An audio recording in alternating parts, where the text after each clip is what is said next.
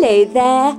Welcome to the Saroy channel, wherever you are in the world, and so much love to each and every one of you. I hope you're doing great. I'm doing fabulous, thank you very much. And I'm so excited to get to part 3 of this story because it is so exciting and I love stories like this and I hope you do too. Don't forget to leave your comments because I love hearing from you. So before we get started, if you haven't heard part 1 or part 2, click on the description and don't forget to click the thumbs up as well. So let's get started. Look at me, I'm losing my words. I'm getting so excited. Let's get started with part 3 of our story tonight. When my daughter conveyed the startling news that she'd been visited by the 2 mysterious men in black that were now deceased, I realized in horror that they'd paid her a visit too. And there could actually be others like them, clandestinely watching my entire family. And that was an unsettling feeling for me to take on board. What exactly did they want? I asked her nervously, unable to suppress the fluttering in my heart. They just told me they were here concerning Dad's disappearance, to let me know they knew my office and home address, and they'd keep me posted if they had any news or updates concerning him, which I thought was profoundly bizarre. They said they'd be in touch with me, and then they left. Of course, I asked them to explain what they meant by all that, and they said that you, Mum, would understand when I forwarded the message to you and told you personally that they'd visited me. What do you suppose they meant by that? I did not want to alarm my children by telling them the full details of my incredulous story, but I did, however, admit that the 2 mysterious men in black had also visited me and threatened me not to talk about my husband's disappearance, or there would ultimately be consequences. I did not tell them, however, that those consequences the men in black were referring to were my children. I knew at once that the rather unsubtle message that you could read between the lines was, "If you don't shut up, ma'am, about your husband's disappearance, we know where your kids live and where they work, and we'll make them disappear if needs be." As a result, I had cancelled the radio interview and told the newspaper reporter that the strange account of my husband's disappearance was highly exaggerated, and I was grateful that the Scandinavian tourists had returned back to their countries and could not be easily contacted. "That is incredibly weird," said Adam. "These men in black threatened you, Mum. That's insane. What the hell is going on? I don't understand any of this." "Well, in a manner of speaking, they did," I said. "They just don't want me to go around talking about the strange set of circumstances that occurred over your father's disappearance. Maybe they're concerned it'll affect the tourist industry here in Alaska." "What are they hiding?" asked Adam, looking confounded. "Maybe they know exactly what happened to Dad. Them visiting you out of the blue like this and threatening you is highly suspicious as far as I'm concerned. Moreover, I hate to tell you this, Mum, but I had a similar visit from 2 men dressed in very smart black suits, arriving fortuitously at my workplace, their eyes conspicuously shaded by wraparound dark glasses. They were behaving furtively and demanded to see me. My secretary thought they were strange. She said they were abrupt in manner, unfriendly and almost aggressive in their approach towards her, actually barking at her in their insistence to see me. She told them they needed to wait because I was seeing a client. They leaned forward, at least one of them did, to her on the desk and said, 'Young lady, we will see Adam now. Get rid of the client at once. Do you understand?' She nodded briskly, trembling in her boots. She contacted me on my intercom, telling me I needed to get rid of the client at once and see these 2 men. She was so earnest. Her tone of voice was very worried, so I knew something was off. And I cancelled the meeting at once and saw the men.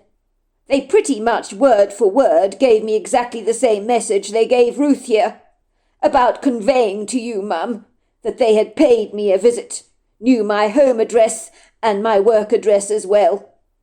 "What do you suppose this all means?" my daughter asked me, sounding confounded. "It's more than a little peculiar, don't you think? All this conveniently happens after Dad so happens to vanish into thin air. I do wonder if other people in Alaska who've had members of their own family going missing have been visited by these strange men in black. Something weird is going on." I was glad my daughter did not know the half of it, but I knew she was right. Something was going on that was beyond my human comprehension and my grasp. "I guess they're just telling us, you know. They know how to contact us all. If there's any more news about your father's whereabouts," I said. "There's something odd about those men. I hate to say this, Mum, but Ruth is absolutely right. There's something profoundly odd about those men in black," my son said sharply. "I mean, they wore wrap-around dark glasses on their faces on an icy cold winter's day. I ask you, who does that? Their skins were whiter than white. I've seen some of the palest people on the planet, Mum, and they've never had skins this white." "They were incredibly strange," my daughter agreed. She wrinkled up her nose. "Their skin was like a mask. It was almost translucent. I mean, even the girl in reception asked me who they were. They gave her the creeps. She said the moment she saw them, chills went down her spine. That's an incredibly dramatic reaction to have, don't you think? To two visitors wearing black suits who come to your offices. Methinks benign they're not." Adam was very solemn for a moment. He soberly reflected over our accounts, and then suddenly he hit the bullseye when he said, "I think I know why they visited both Ruth and me at our offices. They're inadvertently telling you, Mother, that if you leak any more information to the media about what happened to Dad and the bizarre circumstances regarding his disappearance, that something bad could ultimately happen to us. Well, neither of you need worry about that.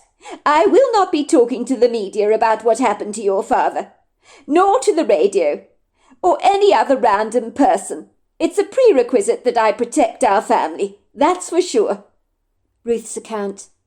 I was incredibly close to both of my parents, and I'd grown up in a prepossessing, magnificently beautiful cabin in the woods, 2 hours away from Anchorage.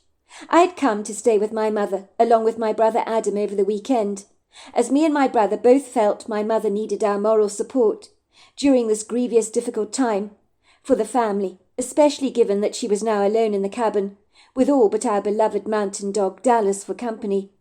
We were both very concerned about her well-being, and were not doing too great ourselves, as losing a dad in such unfathomable circumstances had rattled our cages significantly.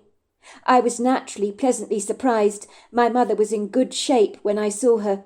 She intrinsically believed my father was still very much alive, after having disappeared into thin air in front of some Scandinavian tourists, once a strange foggy mist, at about over 10 foot high, spread out like a long sprawling blanket before them, and descended upon the tourists, blocking out their visibility, and leaving behind it the strong smell of ozone in its aftermath. My father had walked into the mysterious mist, driven by an irrepressible inquisitiveness, despite the tourists urging him not to do such a crazy, nonsensical thing, for several of them said something nefarious was lurking within the mist, that they could not comprehend what it was. Others had seen tenebrific, giant-sized silhouettes moving within the mist, but it was all so ambiguously obscure and vague, no one could be sure what they were seeing.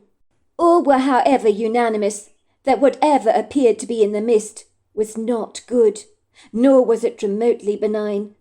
And whatever it was, it appeared to be watching them, for they felt as if they were in a goldfish bowl being scrutinized by unseen eyes. They all emphatically believed sticking together seemed like a sagacious solution, until the mist finally passed, which it did so quickly. Regretfully, my father's insatiable curiosity and his desire to know what lay within the mist drew him into its malevolent depths, like a fly into a spider's web, or a lamb to the slaughter. There was no escape for my father, who was gone, and was never seen again after that, for he quite simply disappeared into thin air, and the tourists were absolutely flabbergasted. Contrary to what you might actually believe, my mother is certainly not one of these far away with the fairies types of people. She's not ditzy, nor is she remotely whimsically naive. She could not be like that living in the wilds of Alaska, or she'd have been eaten up for breakfast a long time ago. You need to have your wits about you, living in a merciless place like this, especially during the winter months, when the weather can be formidable to say the very least. My mother is as tough as old boots, even though her slender athletic frame would likely make you believe otherwise. She's always been as sharp as a hawk, naturally intuitive and discerning. By all accounts, her tenacious insistence that my dad was still very much alive certainly gave me pause for thought. It did not, however, go down particularly well with my brother Adam, who thought my mother was in denial and point-blank refusing to admit that my dad was gone from our lives for good and was never coming back. He was more than likely dead, probably having fallen victim to the predatory instincts of a ferocious wild animal. I think my mother genuinely felt that my dad was not dead, which was why she didn't want to argue with my brother about the matter, nor did she fancy prematurely engaging in a memorial service for my father. Furthermore, the last thing she ever wanted to do in a million years was to speak to a psychologist about her feelings concerning my father's disappearance. My mother was practically prudent, with the word sensible occupying her middle name resolutely. She abhorred the idea of sharing her personal emotions with other people, giving them a bird's-eye view of her dirty linen, so to speak, and talking about her feelings to a trauma counsellor that my brother was prescribing was not for her, with her staunchly old-fashioned values. Personally, I was surprised that my brother did not realize this. My mother was behaving a little as if my dad had gone off on a business trip, and she'd be expecting him back any time soon. I do know that the police investigating my father's idiosyncratic disappearance believed he was dead. When I spoke to the lead detective dealing with the case, he did not articulate his thoughts on the matter too explicitly to me, but I could see by his stoic, very solemn demeanour that in truth he did not hold out much hope for my father. He had been exposed to too many Alaskan disappearances over the years, where the subjects involved had never ever been found. Let's just say between 500 to 2,000 people go missing in Alaska every single year, never to be seen or heard from again. So my dad's case was another unsolved mystery among many. The truth was that my mother was not one of these people that refused to accept my dad was gone, and was living in her delusional paradigm to fit a convenient narrative that she so desperately wanted to believe. I assure you it was not like that for her at all. On the contrary, my mother had a very healthy approach towards death. She had seen her own father in a very bad state of health, and told us one morning that he would die later that afternoon. "I feel it in my bones," she told us matter-of-factly. Ostensibly, her father, whom had gone through a long insufferable illness, which had caused him to waste away, was as thin as a pencil, and so fragile he looked as if you touched him he might just break. My mother's deducements were astoundingly correct, as later that afternoon my pops was dead, and my mother, although very close to him, had been amazingly accepting of his fate, telling us all that death comes to us all at some point in our lives. Living out here in the wilds of Alaska, we do see death as a natural part of life here. I suspect people who live out in the sticks, most especially like my family have done so over the generations, are likely more accepting of death than most. My mother's persistent proclamations that my father was very much alive was certainly not brought on by a personal fear, or a lack of acceptance, or a refusal to believe the inevitable, but simply because she genuinely believed he was very much alive, and claimed she was seeing him in her dreams, and had heard a powerful male voice assuring her that my dad would be coming back. When my brother Adam and I arrived at the cabin, my mother related to us her strange encounter she'd had with these two men in black, who had visited her wearing wraparound sunglasses and dark, snugly fitting suits, and had cautioned her, in a bullying, intimidating-like stance, against publicising the unorthodox disappearance of my father, and the unconventional set of circumstances that had unfolded around his vanishing. My mother naturally wanted answers to so many questions, She didn't want my father's disappearance to be tucked away quietly, like a wildflower pressed between the pages of a book, only to be long forgotten about. She wanted answers to the enigmatic mystery involving the strange blue lights, the smell of ozone, and the inexplicable mist that came upon them. I know my mother had agreed to do a radio interview about it, which was promptly shut down by an unknown source, but she had refused to do it anyway, and had shut down about discussing my father's disappearance since the foreboding intrusion from the men in black. Even when strangers asked her about it, she'd say things like, "Well, you know, things happen in Alaska, don't they? A wild animal probably took my husband." And the people would nod at her sympathetically and express their condolences as you do. These strange men in black, whoever they were, clearly did not want my mother to talk about the incident. So what were these men hiding? I did know that the men who visited me and my brother were very much likely dead at the hands of a Bigfoot. As my mother, for her own personal reasons, chose not to disclose these specific details to us, which was probably because it made the story sound all the more far-fetched and unbelievable. I also suspect she was struggling to make sense of everything that occurred that day, along with the inexplicable messages that kept being relayed to her in her dreams, when a kind, reassuring voice told her, "We will allay the evil and bring back your husband back to you." I hasten to say that those two men wearing smart suits and wraparound sunglasses visited me at my own office in Fairbanks the morning before they visited my mother. In my opinion, they were like cardboard cutouts of each other, like two identical pairs of jeans, reproduced in the same factory, but slightly different designs, if you know what I mean. They both had dark, shiny hair and whiter-than-white skins, and the strange way they walked was similar, with a slight jarring jolt to their movements, as if their hips were displaced or distended in some way. My mother rather described them as walking like two rusty tin soldiers, badly in need of an oiling, which was an excellent way to put it. Or I might go so far as to say that they were novices at walking at all, which is another reason I suspect that they were not fully human. When I beckoned for them to take a seat, they did so with a tight, very rigid posture, and both men were insouciantly detached in their attitude towards me, regarding me with little interest or concern, like the leftovers on a plate after you've finished a satisfying meal. Their presence was somewhat disquieting and almost admonitory when they delivered their message to me. "We are here concerning the disappearance of your father, George," they told me. I remember my heart was doing gymnastic twists and turns, as any news concerning my father made me naturally nervous. I wanted to know exactly what had happened to him, but at the same time I was terribly afraid of what they were going to convey. I thought they had likely found his remains and had bad news to tell me. Had they concluded he had been maimed and killed by a wild animal, as I suspected? They showed me their badges or ID documentation. I'm not sure if they were FBI or police or government agents of some sort, but they seemed official and professional, and I regret to say I never studied their identification. "Have you found my father?" I asked them, my heart almost grinding to a stop, as I held my breath, terrified of what they'd ultimately tell me, and certain that the news would not be good. They told me my father had not been found, but they had my address and would keep me posted. "You came all the way to tell me this," I thought. It was obvious that I'd be kept informed, surely, if there was any more news in regards to the case. So why pop around to the office, causing all this mayhem and upheaval to tell me this? It was more than a little confounding, to say the very least.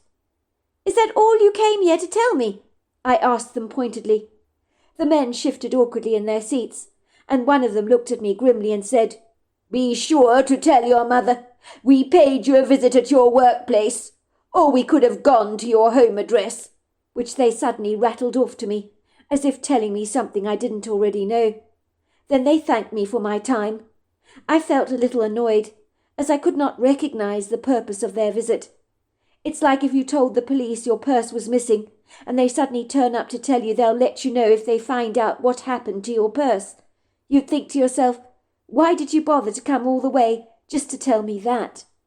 I now know these two men were inadvertently threatening my mother through me and my brother, that they knew where we worked and where we lived, so if we stepped out of line, by publicizing the details of my father's disappearance, something bad could potentially happen to the both of us.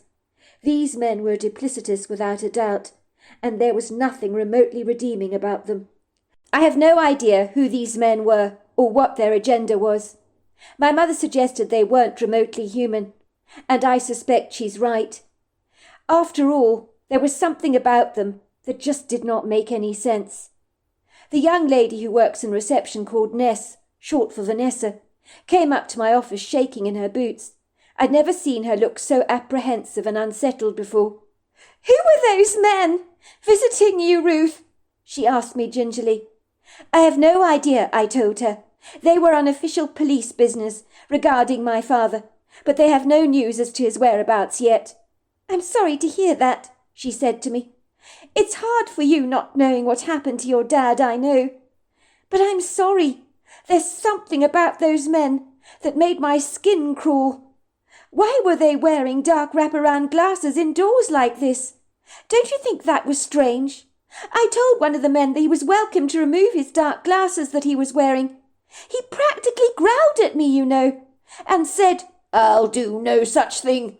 Who do you think you are telling me what to do, young lady?'" "He said that to you?" I asked, astounded. "I'm sorry, Ness," I apologized profusely, seeing how genuinely upset she was. "They weren't friendly, were they?" "It's not that," said Ness. "Something's not right about those men. I can't figure out what it is." She shook her head and said, "Anyway, I'm sorry. I'm probably overreacting. Look at me. I'm ridiculous, aren't I? I'm just being silly," she said, returning back to the reception, leaving me wondering why those men had been so wacko. Suffice to say, later that day my brother contacted me at the office and told me we needed to spend the weekend with my mother. It wasn't good for her to be alone at the cabin when she needed our support. I loved our family cabin, where I'd grown up in Alaska and never ever tired of going home. I was raised to be so close to nature, surrounded by the awesome wonders of the natural world, and it was an enviable lifestyle, where we went hunting, cycling, exploring, fishing, whitewater rafting, canoeing, camping, and you name it, we did it all. At the end of the day, the place where you grew up in as a child should always be nostalgic to you, if you have happy memories, of course, and I certainly did. Although I journeyed down a rocky, tumultuous path when I was 16 years old, when my world fell apart. I had tried to disappear on purpose as a 16-year-old girl, and not even my mother, brother, or even father knew about the secret that I had nursed for many years. I thought it would be easier for my parents to endure a missing persons case than face the bitter truth that their daughter had purposely tried to take her own life. But thankfully I was not successful in my endeavours, as it would seem fate had a different plan for me. After my father's disappearance, I realized him being gone from our lives was as bad as experiencing a death in the family. How could I have ever thought that my own disappearance from their lives would be easy on any of them than finding a dead body? The repercussions of what my dad's disappearance had done to us had been like having a wrecking ball hurled at our lives that was tearing us apart from the inside out. I pondered whether our lives would ever be the same again, as we had become fractured like a chipped cup in your kitchen cupboard that's never quite as robust as it was before.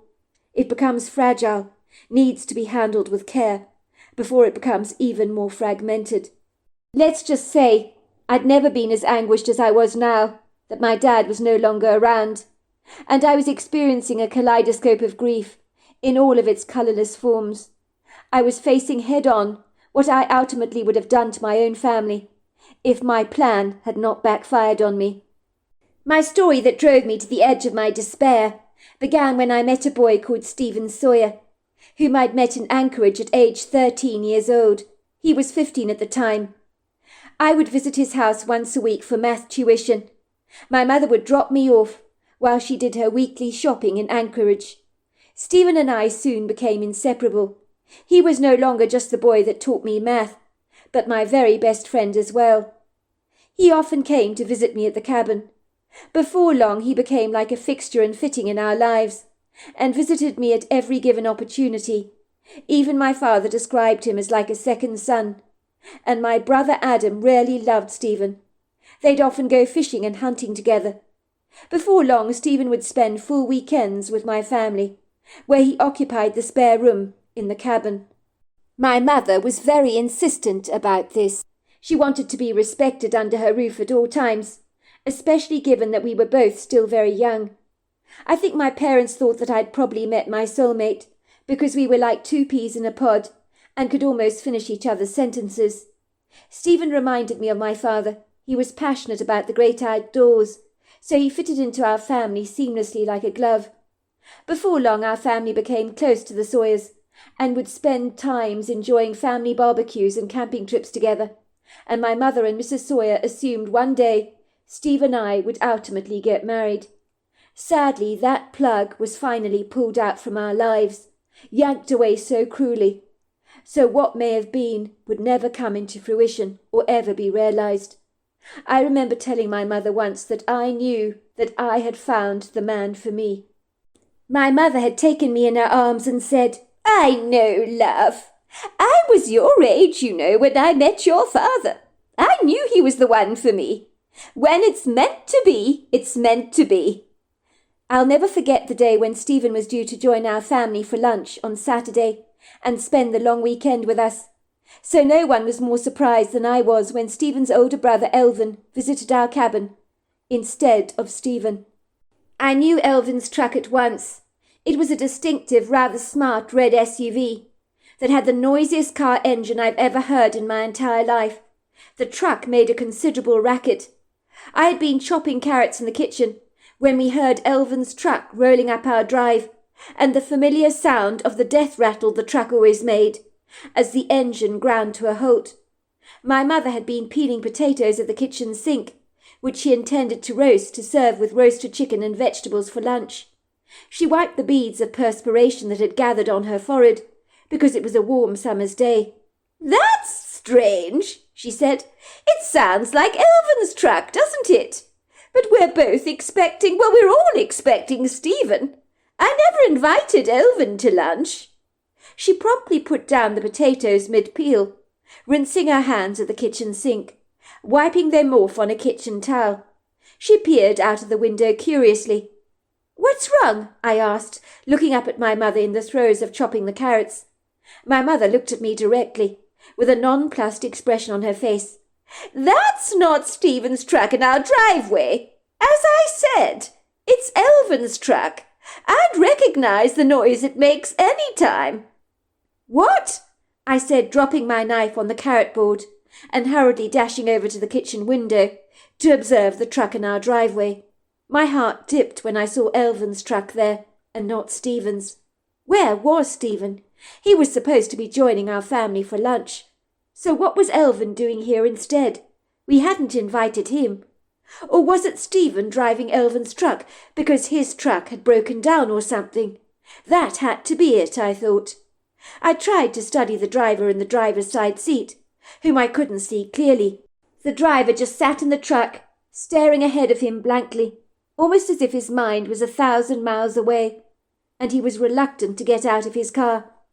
I knew it was Elvin in the car, because in the light I observed Elvin's familiar blonde hair. Stephen had dark hair. In that ominous moment my heart thundered violently in my chest, almost as if hundreds of pigeons were flapping around in me, in abject turmoil. My mother's bewildered eyes met mine. We both knew something was terribly wrong. My mother's upper lip trembled, and she grabbed my hand in hers, giving it a tight, encouraging squeeze. "I'm sure it's nothing to worry about, sweetheart. Maybe Elvin's here to tell us that Stephen's waylaid with a cold or something." "I don't think so, Mum. Elvin could have phoned us. Why's he driven all this way? Something's not right. I feel it in my bones. Oh, Mum, something's happened to Stephen. I know it has." "Don't be alarmed, dear. We'll find out, and I'm sure everything's absolutely fine." With heavy hearts, we both sashayed towards the front door together, and stood there waiting for Elvin to get out of his truck, which he did so very slowly. You could almost feel the sharp tension hanging in the air. When Elvin climbed out of his truck, he looked like he was carrying the entire Empire State Building on his back. His shoulders sagged, His eyes were surrounded by dark shadows. In that moment, I ran towards him, crying out, "Where's Stephen? Where's Stephen? Where is he?" He shook his head sorrowfully and croaked, I'm really sorry. I'm sorry. There was an accident yesterday afternoon. Stephen, he didn't make it." My mother cried out, "Oh, please, God, no! No!" She let out a wail, howling like a wolf. "What do you mean he didn't make it?" I said, shaking Elvin hard. "What do you mean? Where is Stephen? Where is he?" "I'm sorry, Ruth. Stephen is dead." I do not remember anything else, because I passed out and fainted, and my mother and Elvin revived me and poured brandy down my throat. I was later to learn that Stephen and Elvin had gone whitewater rafting late on the Friday afternoon, but the fierce rapids had thrown Stephen out of his kayak, and he'd been swept down the river and drowned. No one was sure exactly what happened, but the contusions on his head suggested that he'd hit a rock. The medical examiner was sure he would not have suffered much. But her revelations brought me no comfort. Stephen was dead. He was never ever coming back. Things would never be the same again.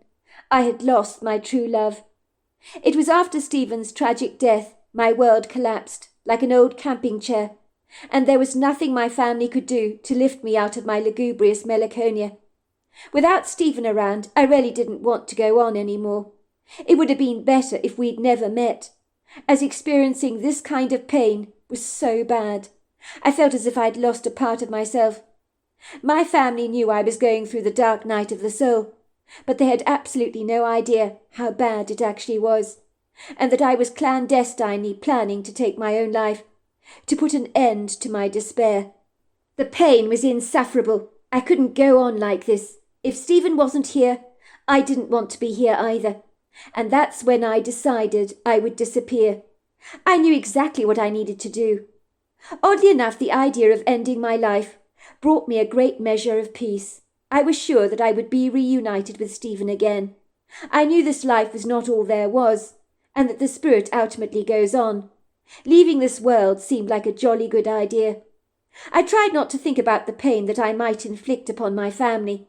That was not significant to me. I just wanted out. My mother, who realized I was not coping emotionally, had ensured I was seeing a counsellor, and that I talked with a local pastor, but nothing had helped. Early one morning I slipped out of the house with a backpack on my back. I left a note for my family to say I'd gone walking. I thought it would be easier for my family to learn that I had just disappeared, as so many people vanish in Alaska every year, and I would just be another one. And I thought it would be easier for them than learning about my death. My mother knew I enjoyed taking hikes, and would not have been concerned about that. She was the first to know that exercising was an excellent form of escapism, especially when dealing with grief. Losing Stephen had galvanized my walk into the woods. My intentions were so focused, as I ambled steadily through the tall, lofty trees, and made my way towards the large lake, which was an hour away. If you were not fit, 2 hours perhaps. I remember it was a beautiful morning. It felt so good to be alive, as an exhilarating breeze nudged against my skin, and some of the trees jiggled their leafy boughs as if they were dancing. The woods were alive with a buoyant activity, filled with the chirruping tweets of the birds, and occasionally I interrupted some wildlife, whether it be a deer, a scurrying rabbit, a squirrel, darting up the tree. It was so early in the morning, but as I walked through the trees, I had the profound sense I was not alone, that something was following me. I could swear I heard the ground being thumped and twigs and leaves crackling behind me. But when I glanced briefly over my shoulders to look behind me, nothing was there. I even called out, "Hello? Hello? Hello? Is anybody there? Is anybody there?" to ensure I was not being followed. But I was only met with the sound of the birds and a pair of brown eyes from a squirrel that looked at me as if he thought I was as mad as a March hare. Finally I reached the silvery lake, which greeted me merrily like an old friend, and twinkled in the morning light. The surface shimmered like a mirror, reflecting the trees that spilled over the edges of the water. It was incredibly prepossessing, that it almost took my breath away. I almost forgot that I wanted to die. I remember thinking it was sad I had to leave this beauty behind me, like abandoning your favourite coat that you were rather attached to. But I couldn't go on with my life without Stephen in it. I couldn't allow myself to be distracted by the seductive allure of the natural world that might make me scamper away from my plans, and I couldn't have that. I hurriedly opened my backpack to pull out my heavy coat, which I was intending to weigh down with stones in the pockets, so that I could ultimately throw myself into the water and subsequently drown. I could only hope that my plan would work. I began to walk across the large bridge that had been built expertly over the lake generations before I was even born. I was wearing my coat filled with these stones that I knew were heavy enough to drag me under the water. I felt reasonably satisfied that things would go relatively smoothly. I threw my backpack into the water, which was heavily weighted down with stones. It sank easily to the bottom. I hoped that when I jumped into the water, that I would go down as smoothly. I surreptitiously hoped my body would never ever be found, and that I would join the ranks of those that vanished mysteriously without a trace in Alaska. I figured that this was the best way of leaving my family, with a smidgen of hope that would burn brightly in their hearts. I presumed that would be the kindest thing to do for them. It had been suspected over the years that many people had committed suicide here. The water was deep, people had thrown themselves off the bridge, and over the years many bodies had been recovered at the lake, weighted down by heavy rocks or bricks. I glanced around me to see that there wasn't a soul around, which was a relief, and so I began to step over the railings, staring down at the silvery water beneath my feet, which was quite a drop from the bridge, but I was looking forward to it swallowing me whole and taking me far away from my grief. I just needed to jump, and it would soon be over.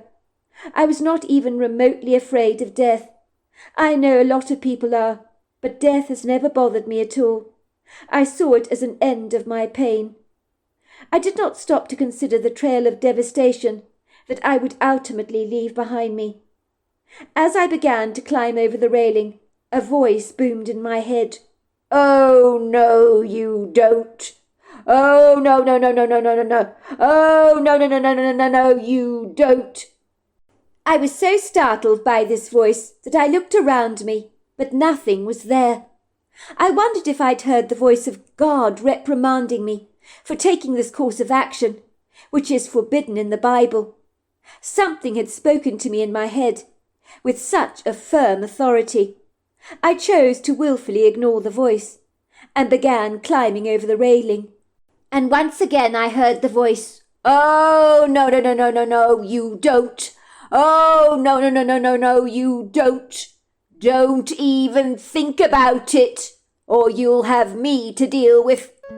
So there we are. That's the end of part 3 of our story. Isn't it very exciting? I think we're going to have some interesting conclusions here.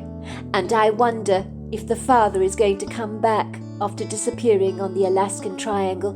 I can only hope so. I look forward to you joining me tomorrow night. Until next time, goodbye and good night.